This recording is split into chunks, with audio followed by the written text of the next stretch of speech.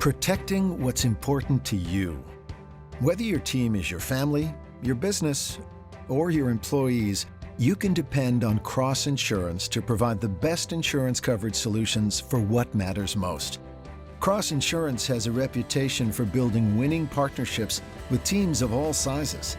Contact us today, and you can start protecting your team for tomorrow. Your team, your choice. Visit crossagency.com. All right, well, I think we can go ahead and get started. Welcome, everyone. My name's Clarrissa, and this is... I'm Leonard. And we are the owners of Frugal Bookstore in Roxbury. We are the #1 Black-owned bookstore in the city of Boston. And today we are welcoming Howard Bryant. He's an award-winning columnist, and we're going to discuss his book, Full Dissidence. I hope you guys can see it. So we're going to have, just like a very, natural conversation, Q&A at the end. We'll open it up to the audience for some questions, but we just wanted to, just get started with just introducing to the stage, to the Zoom this evening. Well, thank you for being here, and thank you for doing this. I think it's always more fun to do this in person, but who said Zoom is the next best thing, right? That's right. That's right. Awesome. Awesome. So we want to just, shout out and give a big thanks to Boston.com's book club for just having this event and inviting us on. It's truly an honor. So thank you, Boston.com book club. Thank you, Boston.com book club. All right. So if we want to go ahead and get started with the first question. The first question to our brother. This is your first book of essays. What compelled you to write a book of essays? Well, it's a great question because it's not something that I normally do. And so I think it was the times. I think that one, as a columnist for ESPN, the magazine, I didn't get a lot of space. I mean, every writer wants to write as much as they can. And so each of my columns in the back of the magazine was only 750 words. And there were so many opportunities where I wanted to say something and I ran out of space. And so I started thinking maybe there was a book opportunity here to take some of these ideas and branch out and stretch them out further. Also with the book that I did previous to this in 2018, The Heritage, Black Athletes, Divided America and the Politics of Patriotism, that book I had thought that was going to be more essay-ish, but as I started to work on it and as things were happening in the world, it was just very clear that I just really could not, there was just no way that you could do essays with that book. I got into chapter 2 of that book, and there's nothing worse than being in the middle of a book going, I hate this book, it's not very good. I started to realize that I needed to do way more research. I had to do way more history. I thought that there were too many things that I was letting go past. And so the essays had to wait. And I thought that book required a bit more research and a bit more explication. All right, awesome. So this book, Full Dissidence, it came out, before the protests started in late May with George Floyd in the wake of his murder. Do you think that the protests have changed anything? We've been, I know myself and Leonard, we've been, kind of glued and, to just all the news stations regarding all the protests and everything that's going on. So in your first chapter, you spoke of the power of protest. Can you speak a little bit more about that? Sure, absolutely. I felt like the book came out 20 years ago. That's how things have changed so much. It came out in January. Obviously, we had no idea what the year was going to be when the book came out. The real point of that chapter, especially what Colin Kaepernick taught us, was it was really a chance to discover my own evolving thinking. I think when I got done with the Heritage, at the end of the Heritage, the book, the chapter really ended the question with what happens when the athlete becomes the power? And what happens when you are, we've been talking about this athlete voice for years now, almost 10 years after Trayvon Martin with the Miami Heat and the hoodies, and then the Ferguson and Eric Garner in 2014, and then Colin Kaepernick's protest in 2016. And so this conversation about athlete activism and athlete protest and athlete power had really been on my mind, obviously. And then by the end of the Heritage and then the start of writing Full Dissidence, I started to ask another question. And that question was, how much power do athletes really have if you lose everything by opening your mouth? Do you really have power if you risk being blackballed for speaking up? So I was really starting to wonder about that. So what I wanted to do in that chapter was to sort of recenter the protest and just remind myself and remind the readers that all of these protests start with the people. They didn't start with the players.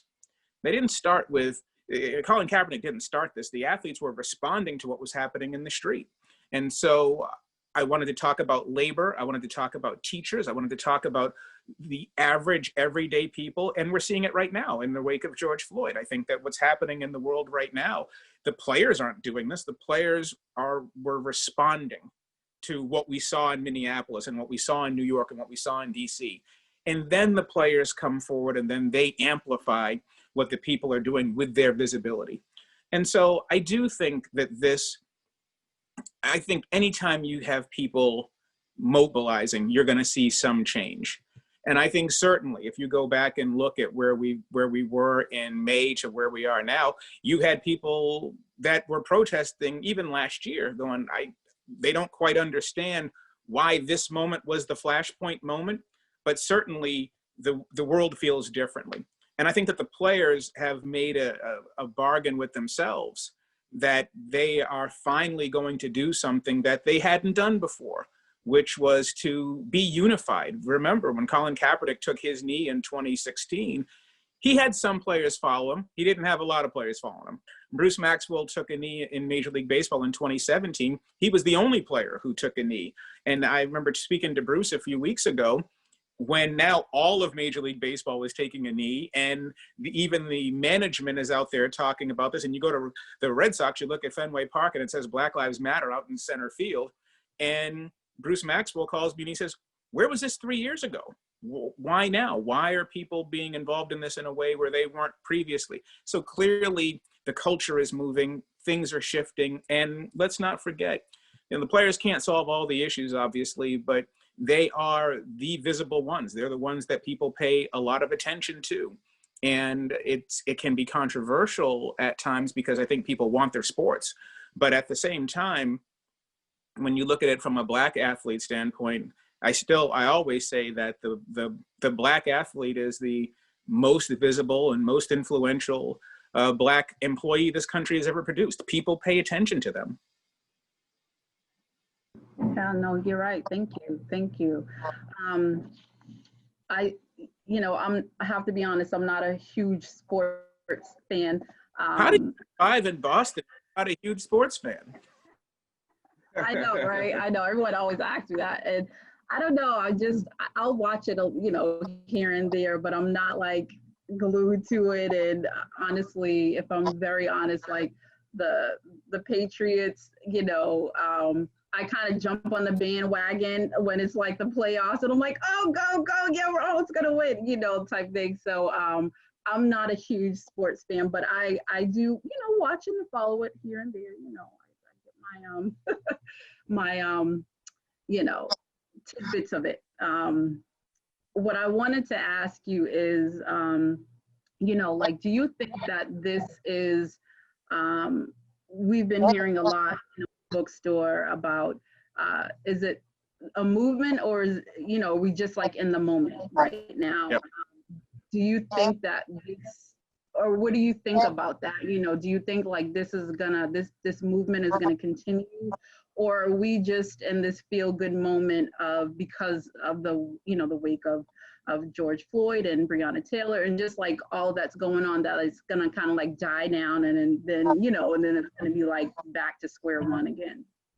Well, it is a good question, and we'll see what's going to happen. I do feel like there's a feeling that people wonder if this is simply performative, and that everyone wants to be on the right side of the issue, and nobody wants to look like they're unfeeling. But I do feel like there's something different about this in two respects. I think the first one is I think every era, every generation has its enough is enough moment.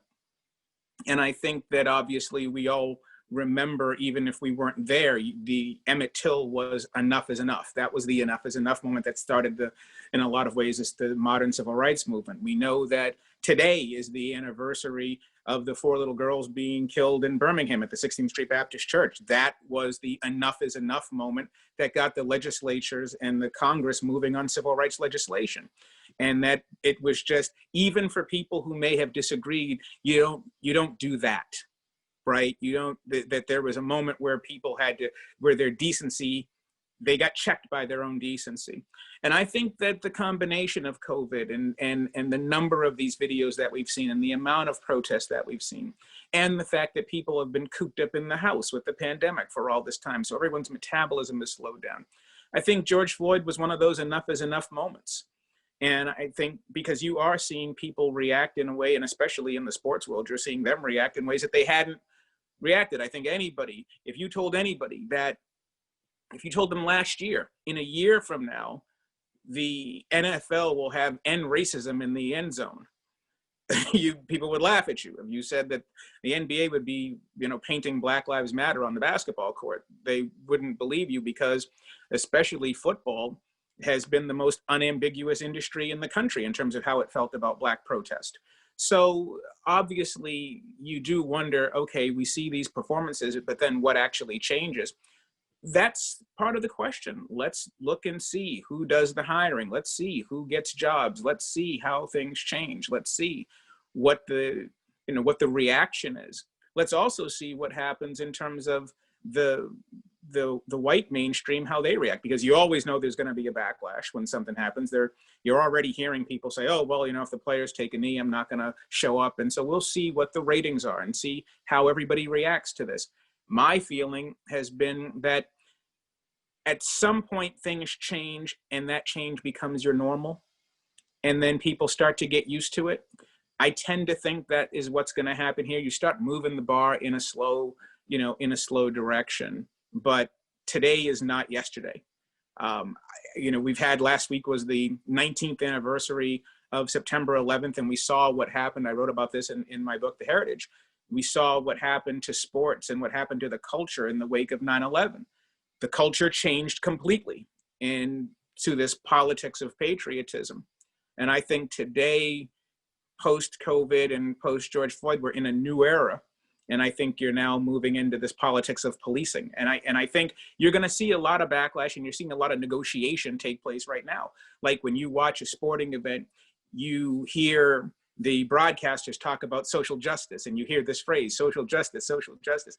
It's not social justice, it's police. It really is a one-issue protest, right? What they're really talking about is policing. And they've been talking about policing since Colin Kaepernick. But the broadcasters and the sports industry has a very difficult time saying the word police, because they don't want to be in direct opposition with law enforcement. But it's going to be very, very difficult to go back to a sports world where you have athletes openly, actively talking about police and accountability and justice, while at the same time having law enforcement appreciation nights at Fenway Park. So somewhere along the line, this is the dynamic is going to change. What is it going to change into? That's a great question. And I think that is one of the things where we'll find out what this business model is going to be for sports. Are they going to have all of these dueling slogans that sort of collide with each other? Or are we going to move into a place where you have more police reform and accountability, where these protests will become less necessary because you start to get more justice? That's right. I hear you. Absolutely. You mentioned policing. I know there's a chapter in your book about the propaganda you want to talk about that a little bit? Sure. Well, I think this is a good time to talk about that, because as we talk about this issue in sports, that the protest it really is a one issue protest. And when you see how many more, what does how many more mean? It's how many more of us are going to be killed by police. That's really what it is. When it says, say their names, what are their names? Their names are the people who were killed by police. So once again, the propaganda chapter was all about the tilting of justice toward law enforcement in our popular culture. And when you think about where do we get our information from about police, when you look at the studies done about how people learn about police, or what are their views, how are their views of police shaped, it's from television. It's from television, it's from movies, it's from the popular culture, it's from going to the ballpark. And when you think about these things, if you go to Boston Garden and there's a law enforcement appreciation night essentially telling you to honor police, that doesn't mean disrespect police. That means honor police. Very different thing. To me, I like to think police should be in the background, neither honored nor dishonored. It's a job, it's an important job, it's a hard job, but it's not necessarily something that you outwardly celebrate like it's part of a ball team, like with the NYPD caps and everything else. And the part of this, the reason why I bring this up is because this celebration of police is, as an industry, to make an entire industry heroic. Individuals are heroic, but an industry, but a job isn't inherently heroic just because you have it. These celebrations and all of this sort of propaganda in the popular culture has real deleterious effects, because this is where your juries come from. When you get called into jury duty and you go in, and your view of law enforcement is being shaped by these things. How are you going to go to law enforcement appreciation night at the ballpark, and then maybe the next day you've got jury duty and there's a policeman on trial? It's shaping how we treat law enforcement. And so it's not a surprise why there's not that much accountability. So the chapter was really all about that relationship between how police are positioned in our culture, especially post 9/11, and also the difference between how police are viewed in the Black community against how they're viewed in the mainstream. And how, when you think about it, there's a great book, the late Noel Ignatieff wrote, How the Irish Became White. I butchered his last name. And it really is in a lot of ways of how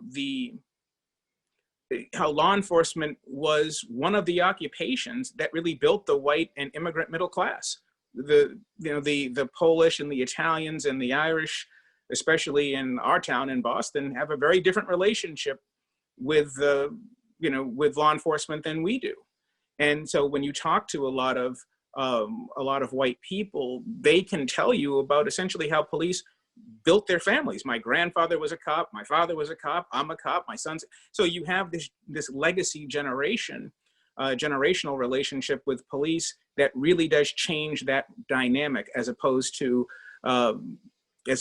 Black and brown communities where the relationship is not familial. It's very different. Mhm. Good. Well, I want to take it back a little bit. I know you grew up in Dorchester, and I know in your chapter, The Lost Tribe of Integration, you talk about the METCO program, and I know Leonard had a question for you in regards to like METCO and your thoughts and feelings on that program that's still around. Right. Yeah, because we have two daughters that graduated through the METCO program. They were in Situate. And you talk about the METCO program in your book, and you said you were saddened about an anniversary that the METCO program hadn't become obsolete. You wondered how do we make programs like METCO truly unnecessary? How can we effectively pump money into schools in predominantly Black neighborhoods on Black terms? How do we get our own school systems? Yeah, no question. Well, I grew up in Dorchester, down Blue Hill Ave off on Ashton Street, down right between Franklin Field and Mattapan, and actually way more on the Franklin Field side. And And I remember when we were kids, we were Metco. My sister went to Spalding Elementary in Newton, and I went to Beethoven Elementary in Waban. And you know you're old when your school doesn't even exist anymore. I think they renamed it, but I still call it Beethoven Elementary. And when you think back to those days, to me, the point of that chapter had been this theme that I had been developing in my mind about why it was so important to take Black people away from Black communities, and why, you know, when I think about the arc of my own life, what is the one constant? It had always been to pull you away from your own people for the sake of better. And that conversation really bothers me. Why do I have to get away from us to get better? Why are we always pulled away from where we come from for the purpose of education? And so that was the case in the 70s when we were in Dorchester, and we moved out of Dorchester to go to school in Plymouth, even though it wasn't like the schools were any better down there, but it was safer. So once again, you were trading physical harm in Dorchester for emotional harm when we got to Plymouth. But the thing that I had noticed most about Metco in going out there was the communities themselves. And the, you know, getting up at, 5 o'clock in the morning to take the bus out there, and then being out there and realizing just what those communities, how much more affluent those communities were, how much more education was the focus. Even as a little kid, they just had better. And I remember even I was 7, 8 years old, you'd come home, you'd leave Waban and you'd come home to Dorchester, and you'd look and it had really serious effects on what you thought you were worth. And at the same time, I remember, because this was also happening during busing, I remember the battles that were taking place in my family. One half of the family wanted to keep everybody in the city and stay in Mattapan and stay around Black people. And I remember my family thinking that from a safety standpoint, they just didn't want to risk their children being in danger all the time. And what was the price of that? And the price had always been to be pulled away from your own people. And that's why it was referred to as the lost tribe, is that what did it mean to constantly be the only Black child in class? I remember having this conversation on another interview I did a few months ago. I'd realized I did not have my first Black male teacher until freshman year of college at Temple University. And there are so many studies that show the effects, and education studies of the effects of having a teacher, having instructors who look like you or who have the same or similar experience as you, and what that actually does to Black children. I just really wanted to examine that and to look and to really see that there's a certain through line. The part of the book says, the first sentence of the whole book is, to be Black is to be a dissident. And what that means is that you are constantly trying to figure out where you fit, and how do you defend who you are and be that person of substance that we're all trying to develop ourselves into being, while at the same time recognizing that virtually everything in the society is geared against your development as a group. So individually, you're trying to find ways to improve, but as a group, we are constantly trying to advocate for ourselves. And that advocacy comes at such a huge price. I think in the next chapter, I'm sure we'll talk about it in the next chapter, which was called The Worst Thing in the World. It was an extension of that, which is, why is it that Black advocacy comes at such a heavy cost? Why is it people say, oh, well, with Colin Kaepernick or the athletes or whatever, you're going to lose your career. Why is that the construction? So from the Lost Tribe, the construction was, why do you need to be pulled away from your own people to have a better life? And then as we move forward in that section of the essays, it was, why is advocating for people who have some of the worst economic situations, why is that a career death sentence? Let me ask you, did you take part in the host family? It's really funny about that, Leonard. It's like, this is a sore spot for me. I'm telling you, you're hurting me right now. I don't mean to hurt you. the reason is because I didn't even know I was part of the host family. We were all part of the host family program. I thought I actually had friends. And then I realized that my sister was like, no, because there was one family that we used to go to every, I think, once a week or twice a month or somewhere in there. And I remember going to their house in Newton, and I remember it was the first time I'd ever seen one of those jungle gym backyards with the swing and the slide and everything in the backyard. And I remember that vividly, and I didn't realize it until I went back and did some research on the program, that was clearly the host program, that was being part of the host program. I was like, oh man, I thought I was invited over because, you know, we were friends, but maybe we were friends, but at the time, I had no idea that the host program existed because we were little kids. We left in the 3rd grade. So that part was kept from me, but yes, we were part of it. Okay. All right. You mentioned, you know, in the chapter, The Worst Thing in the World, you focus on, you know, the choices that the athletes have made, and, you know, some of them, like OJ, you know, they downplay their Blackness. Whereas we have, you know, athletes now really truly embracing their Blackness. And, you know, even on the Celtics, we have Jaylen Brown, who is, you know, doing that opposite, that thing. He's embracing his Blackness. What do you make of all of that? Well, I think it's fascinating. The root of that chapter is that there's a through line that comes out of the civil rights movement. And that through line, once the players started to make money and once the players had access to the finer things, which is to simply say integration, just to buy a house wherever you wanted to buy a house. And then of course the money that would come with that later on, then they would start to become really, really wealthy, was this idea of getting away from that. Sports, we talk about sports being the meritocracy, and that sports is the outside of the military. You look at, there are very few industries that are as integrated as sports. Basketball's not even integrated. Basketball is 80% Black. So it's barely integrated, except, you know, off the field it is, but on the court, it really isn't. But yet there's this through line that runs through, whether it's from OJ to Michael Jordan to Tiger Woods to today, where you constantly have these athletes who are faced with this choice of either embracing or distancing themselves from being Black. And the interesting, I mean, even someone like Michael Jordan, who has no ambiguity at all about his Blackness. Michael Jordan doesn't have any confusion about his race.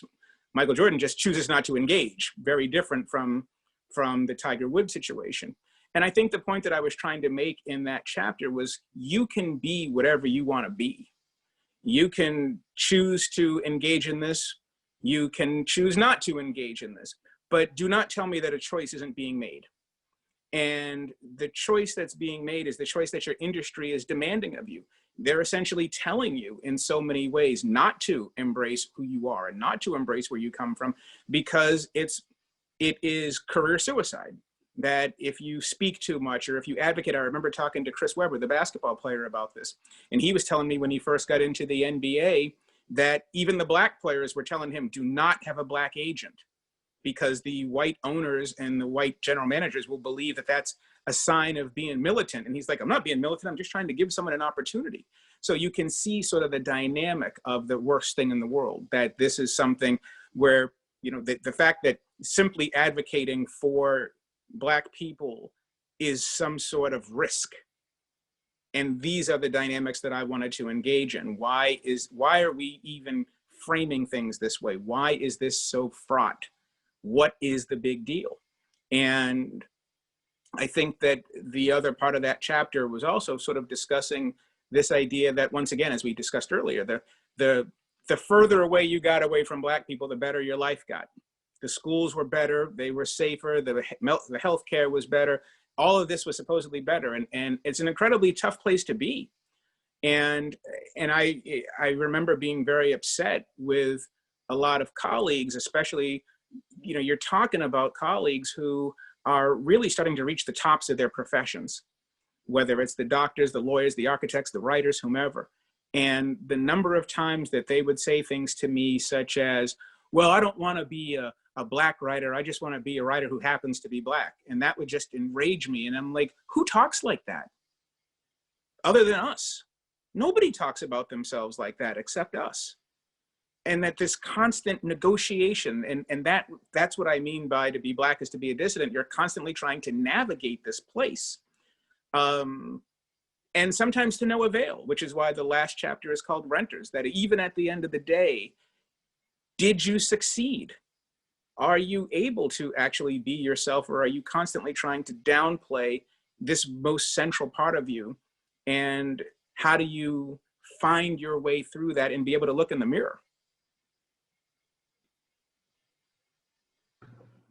Well, in the chapter, The Mediocre White Boy, you write that white reporters who are stand in your profession for those in others are uncomfortable with accountability.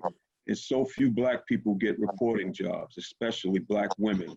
How do we change that? Yeah, exactly. And that is the question. To me, it always comes down to the same thing. Who's getting jobs here?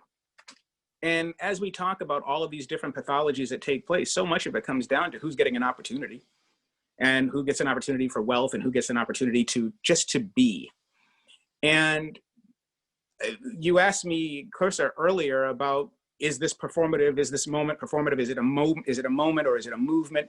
This is where we're going to find out who is in charge. If it so turns out, and I feel badly, and I say this often about this new generation. When we were growing up, my parents never told us that equality was an option. We never thought about equality. They always told us, you're black, you got to be 3 times as good. You got to be twice as good. That the goal wasn't to be them. The goal was to have an opportunity. This generation, they want both. This generation wants, we're just as good as everybody else. We want equality and we want access. My generation, it was just all about access. And I don't know how to get there. I don't know if it's possible numerically to get to have full equality when you're 13% of the population. That math doesn't really work. In that chapter, The Mediocre White Boy, one of the reasons why I titled that chapter as it was the frustrations that I had. And I'm sure so many women in the industry know exactly what I'm talking about as well. It's this concept that I refer to as the assumption of competence. That on the one hand, when you get your job, when you don't get your job, you're draining the system. And then when you get hired, they refer to you as an affirmative action hire. So you're never, we talk about merit all the time, but when you're in the room, they don't really believe that you belong there, but they never question their own competence. And I have been surrounded, as we all have, by mediocre people, mediocre black boys, mediocre white boys, but mostly mediocre white boys, because they've populated in the newsroom. The newsroom is 87% white when I first got into the business, 90% white. And so the question for me had been, once again, that question of navigation, of how to figure out the different ways to manage when you know that everything you do, when you succeed, it's because you were handed something. When you don't succeed, it's because you're lazy and you're shiftless and you're not motivated. And it makes you feel like you cannot win. And I've had a great career. And so I look at it as something inside of you. You have to be the one to figure out how to navigate this. You need new strategies. You need new tactics, because the dynamic around you isn't changing. Hopefully this moment that we're in is going to change the dynamics. And even if it doesn't change perceptions, at the very least, let it change numbers. It reminds me of the great Negro League coach, Buck O'Neill, who used to work with the Royals all those years before he passed, one of my all-time favorite people. I'd sit down with Buck, and Buck would always say that the key to being black in this country is very simple. Give me the chance and I'll do the rest. And I always carried that with me, because that was, to me, the goal. The goal wasn't equality, it was just access. And if you give me the opportunity to do something, then it's on me to do something with it. Awesome. Actually, you touched a little bit on I was going to ask you, my next question was, you know, what would you say to young, aspiring, you know, like journalists of color, to, as they navigate in this world, as they, you know, try to, you know, find themselves in that profession, like what advice would you give them to encourage them or to, you know, motivate them to, you know, to keep on keeping on? Yeah, well, it's terrible advice, but still good advice. You just got to grind. You got to grind. You got to fight. You got to fight for your space. The attitude that I always tell everybody is at some point in your life, bet on yourself, that the world is full of obstacles. You can't be one of them. You've got to be your own biggest advocate. You have to believe that you've got something to say, that you've got to have something to contribute, but you also have to put in the work to do it. And they're not, you know, they're not false equivalencies. They're not one against the other. It's both. It's always both. And I feel like the numbers are stacked against. There's no sugarcoating it. There's no hiding it. The business is shrinking. The industry itself is shrinking for everybody. And if it's hurting everybody, you know, it's hurting us even worse. But I always still feel like if you have something of value, you have something to offer, you have to really, really fight hard for it. And you got to fight harder than ever for it now. And I think that it's, like I said, it's not great advice, but it's the only advice I have, because when I think about me, when I wanted to get into the business was shrinking then, and it's way smaller now than it was then. So I think that the real key is to grind really hard and to concentrate really hard and to not be afraid to connect with people. It's not just who you know, but if you don't have advocates, if you don't have people who are interested in your success is an incredibly difficult thing to achieve. No, I think I love it. I think it's honest. And that's what they need to hear, right? I think not all of this young generation, you know, things are like sugar coated, but they need to hear, right? You got to be on your grind. You have to work hard. We have a 19-year-old at home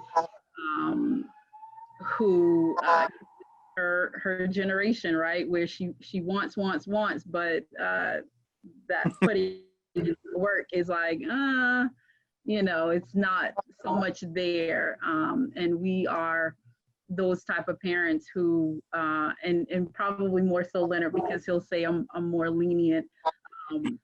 But just, you know, giving them the information and letting them know, and because this world is, you know, this world, it's not easy out there, and you got to know, like, yeah, we want you to be inspired and motivated, but we also need you to be realistic. Yeah, no doubt. But I also try to give people credit too. I mean, by the time I got into the business, I remember my uncle used to say to me, you know, when I looked at you, I just used to look at you laying around the couch and playing video games and dribbling that basketball. And I used to think, there goes the laziest SOB I'd ever seen in my life, but you turned out all right. I'm like, thanks. So they surprise us. Yeah, they do. Yeah, they do. Mm-hmm. But yeah, I think you put it, it was pointed, you said it, you just have to grind. It's a lot of work. You just have to put the work in. Yeah, nobody. All right. I talking your ear off, or No, you're not. No, if you want to, you know, add anything, you can keep on going before we open up the floor, you know, to the audience questions. We want to remind the audience that we do have a Q&A box. So if you do have any questions, please submit your questions in our Q&A box. But no, Howard, you can absolutely, you know. No. I always feel bad when I go on too long. So if anybody has any questions, I'm happy to answer them. Okay. I think we do have a question. Our Beacon Press is our sponsor and publisher of Howard's book. So we want to, again, thank Beacon Press and Boston Book Club.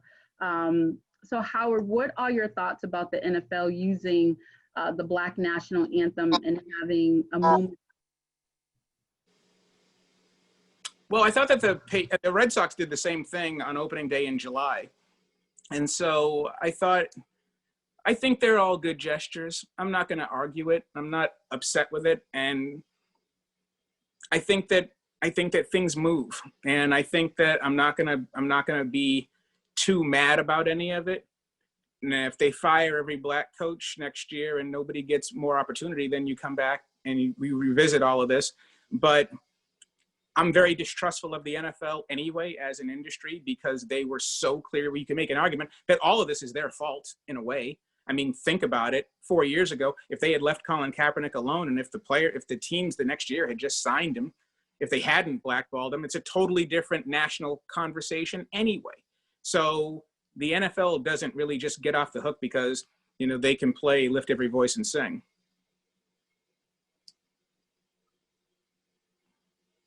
Okay, awesome.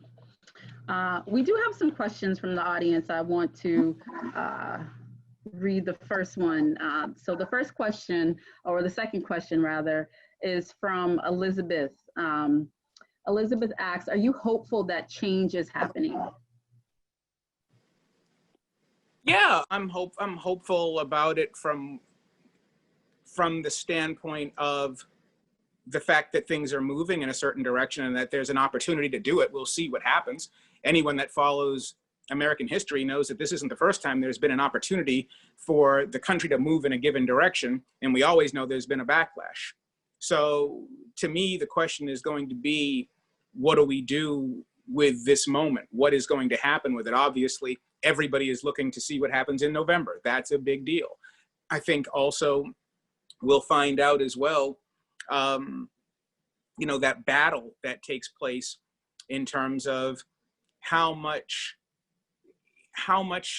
tolerance and stamina do people have for, and white people especially, do they have for the fact that nobody's really asking for anything more other than a certain level of equality, but it seems like they're being put upon when they really aren't.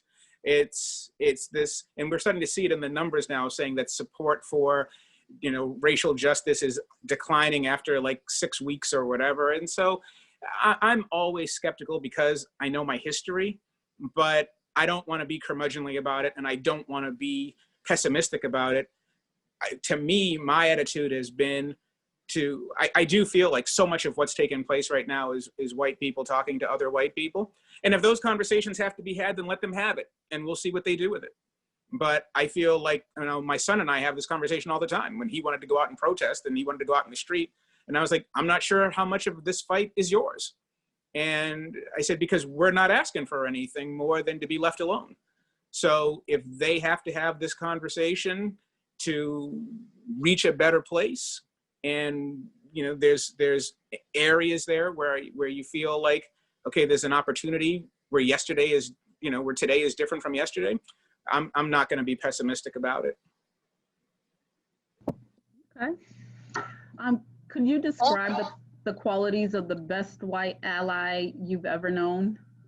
Well, there's been a lot.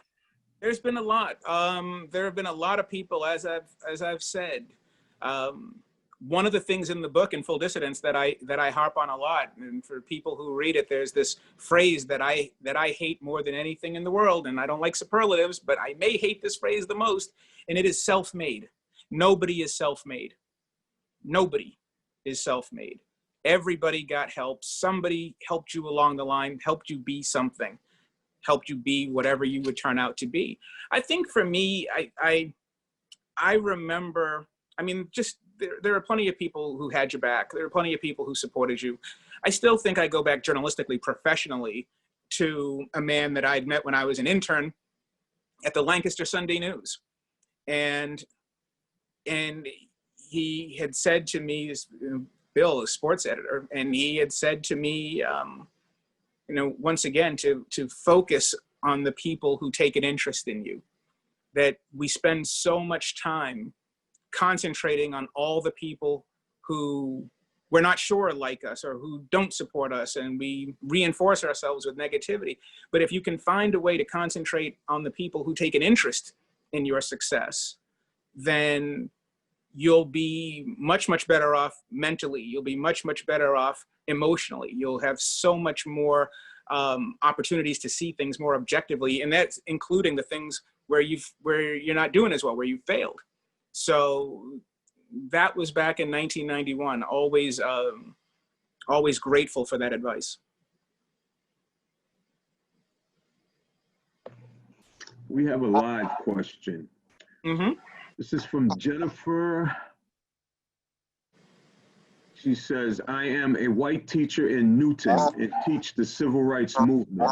How would you suggest I balance amplifying the voices of my Black students while not spotlighting or tokenizing them? Yeah, it's a hard question. And I remember at least the civil rights movement is being taught. I think that's progress.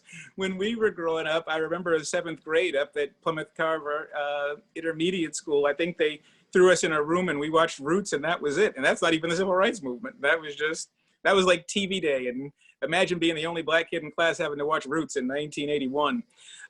So I think that to me, the best way to do these types of questions, and when I worked on my Hank Aaron book, The Last Hero, instead of concentrating on all the Black players, on what it meant to be Black, and that so much breaks down how we discuss race, go ask the Black guy and go ask the Black woman how it went for them.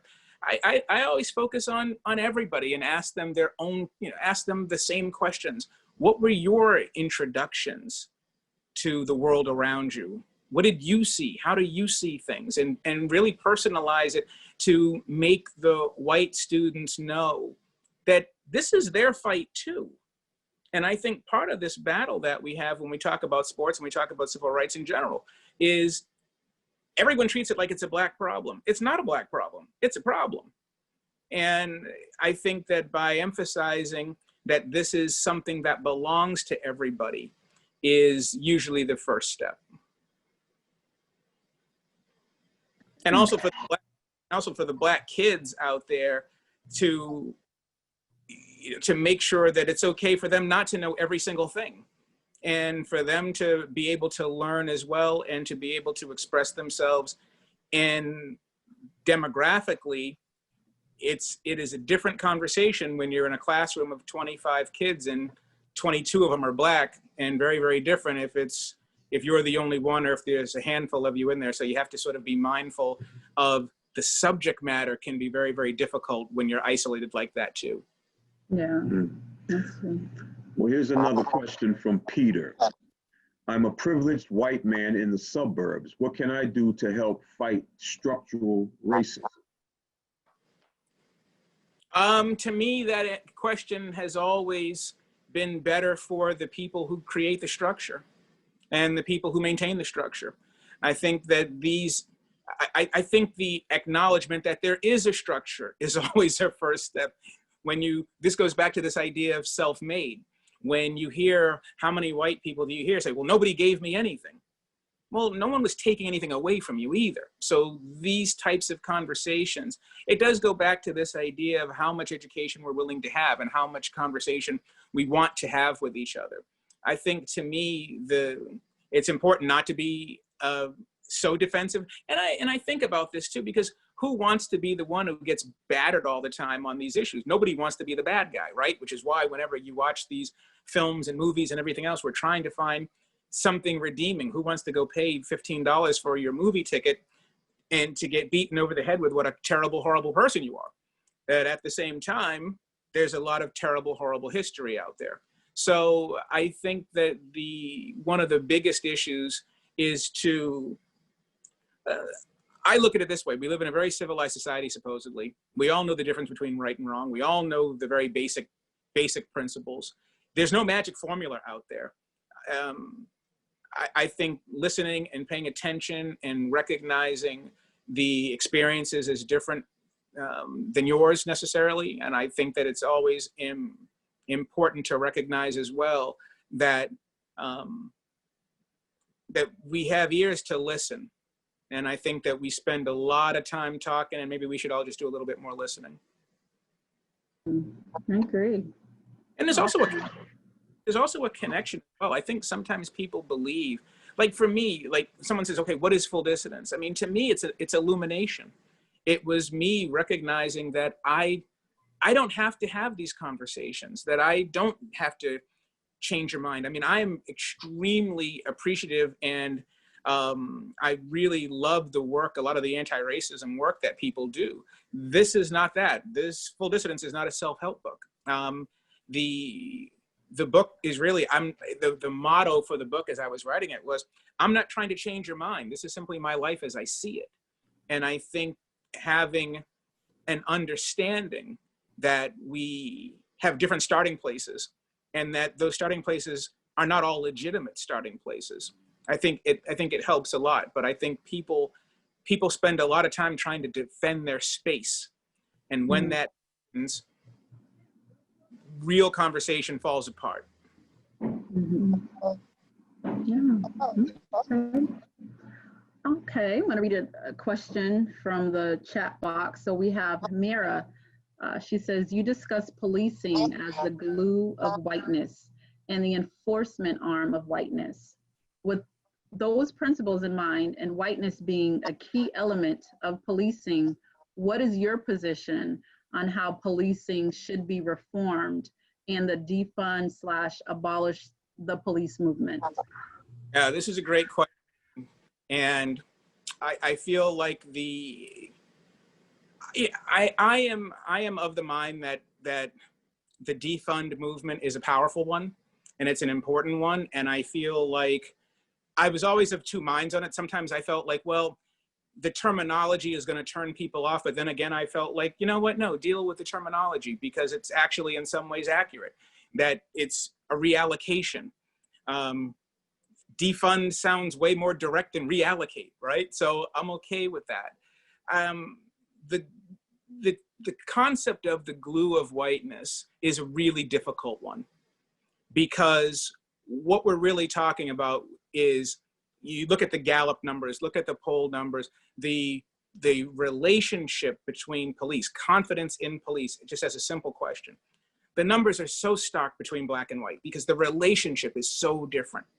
And this is one of the areas where you really run into problems, because the post 9/11 edict of, if you see something, say something. If you live in a culture that's already afraid of black people, who does that put in danger?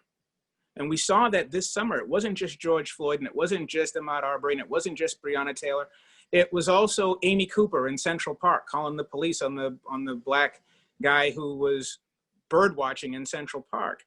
This idea that police are not only going to protect me, but I can use them at my disposal to hurt you if I need to. And this idea as well, once again, that there's a personal nature, there's a personal relationship to police that a lot of black people don't have, because we don't have the legacy. You know, the industry of policing literally put food on the table for many, many white people. So that relationship is so different than it is for black people. So to me, I feel like one of the things that really has to happen is there has to be some form of demystification here of that industry. There has to be some, I think the focus really needs to go on, you know, legislatively and following the law in terms of accountability. I think the law has a lot to do with this.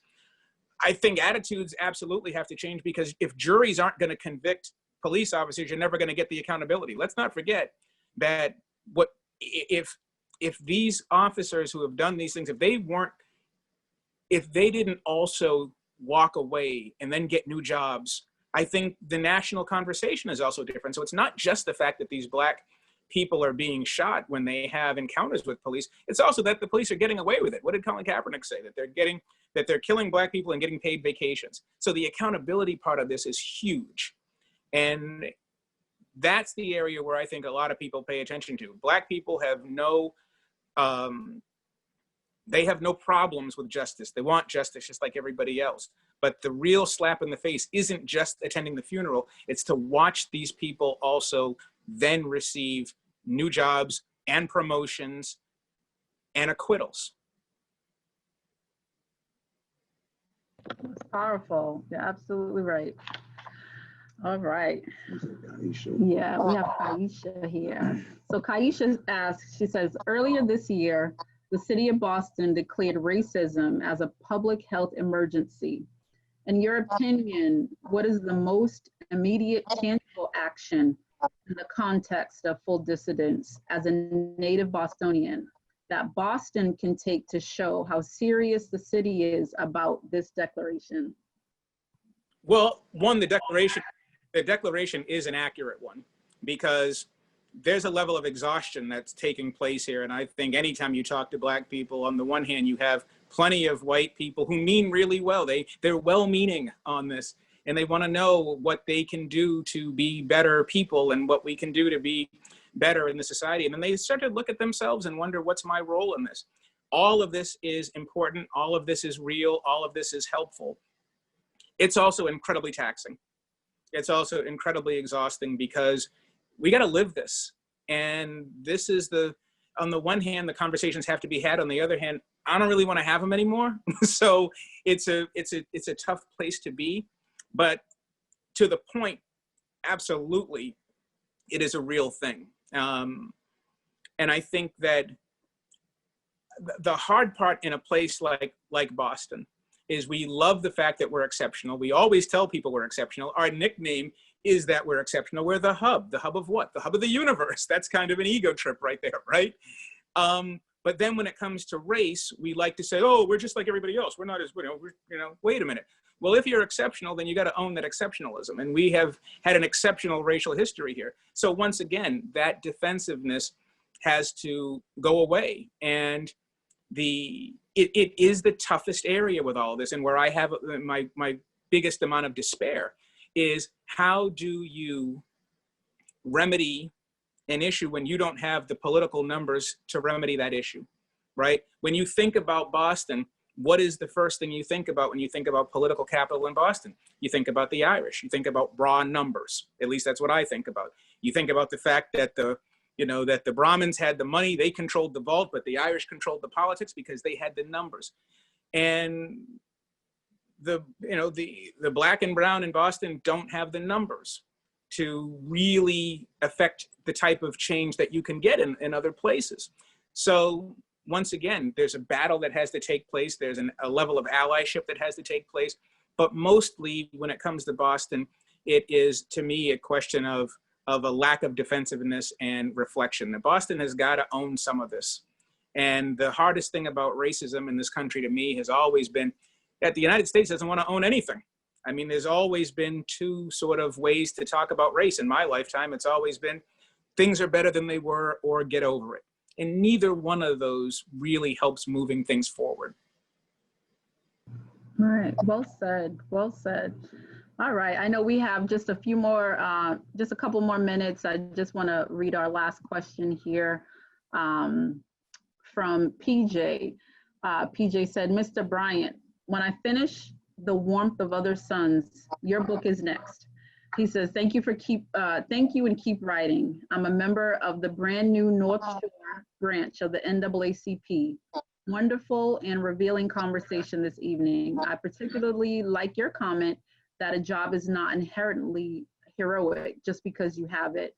That is why some police act like they are on a pedestal. So this was actually just more of a comment, actually. So thank you, PJ, for no that. pressure. I want to be after that one.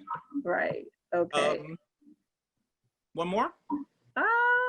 Yeah, let's see. What else do we have? Let's see. Hold on. Okay, we have one from Helene. She asks, how has COVID changed the protest movement in the sports arena? Well, I think I know that one. That's Helen. That is the publisher of Beacon Press, right, Helen? So thank you, Helen. I will say I think it's been a perfect storm. I think that COVID has had a lot to do with the activism. I think COVID has had a lot to do with the opportunity, the combination, this perfect storm, once again, of Minneapolis and COVID. Do the Milwaukee Bucks actually walk out on a basketball game if there are 20,000 fans waiting for them? for them to come out and play. Much, much different conversation when these stadiums were empty. I think that the players, I think that the leagues sort of have recognized as well that this, I don't want to call it completely a throwaway season, but I think they know that everything's going to be sort of unorthodox. I think that there was to the woman's question earlier about race and mental health. I think as the numbers started to come out about the disproportionate number of African Americans affected by COVID, and combined with what was happening with George Floyd, really raised the consciousness of a lot of the athletes and made them think, should we go back out and play? And I really do believe that these two elements together, what happened with George Floyd and the pandemic, they can't be decoupled. I think they have a lot to do with each other, and I think we're in a very, very different place. Does Major League Baseball do what it did? Do Red Sox do what they do if there are 40,000 or 38,000 fans in the, at Fenway Park? Do they react differently, and how does the public react? So there's no question that as we think about this as a topic, and as we think about it as history, that the pandemic and the racial issues go completely side by side. You can't talk about one without the other. All right. So I think my last just really question is, what would be, for someone who may have not had, have read your book, Full Dissidence, what's your takeaway? Like, what do you want people to know or to learn about, this book? Like, what's the big takeaway that you want people to have from reading your book? I want people to pay attention. I want people to pay attention to where this country is going. It really is. The book's not really about sports or about race. It's about everything. It's about where we are as a people. Do these values actually matter? I mean, to me, the thing that I think about so much is I don't follow people, we follow values. Do we still follow values in this country? And part of the thing that we didn't talk about, which is the second half of the book, is really all about the rise of the celebrity culture. We were talking about this the other day, how tired I am of the billionaire class that we're in right now as well, that we look at LeBron James to build schools for us, and we look at Jay-Z and Kevin Durant and Beyonce to put our kids through school. And all of these different things are all coming together as a culture, and they're asking real questions of us. They're asking us questions that I think that we always felt didn't need to be answered, that they answered themselves. But this combination, and now adding the pandemic to it as well, we're in a real place where we have to look in the mirror and we have to ask ourselves, who are we? And I did that in writing the book, and I think it's a reflective question as well for everybody reading it. You want to have anything else last to say? No, you answered. Well, this was wonderful. It was great. This is a great discussion. I definitely think that this conversation needs to keep going on more platforms. It needs to be had more. So I just want to thank you, Howard Bryant, fellow Bostonian, Dorchester, native. But thank you so much. You definitely, shed a lot of light on your book, and what's going on.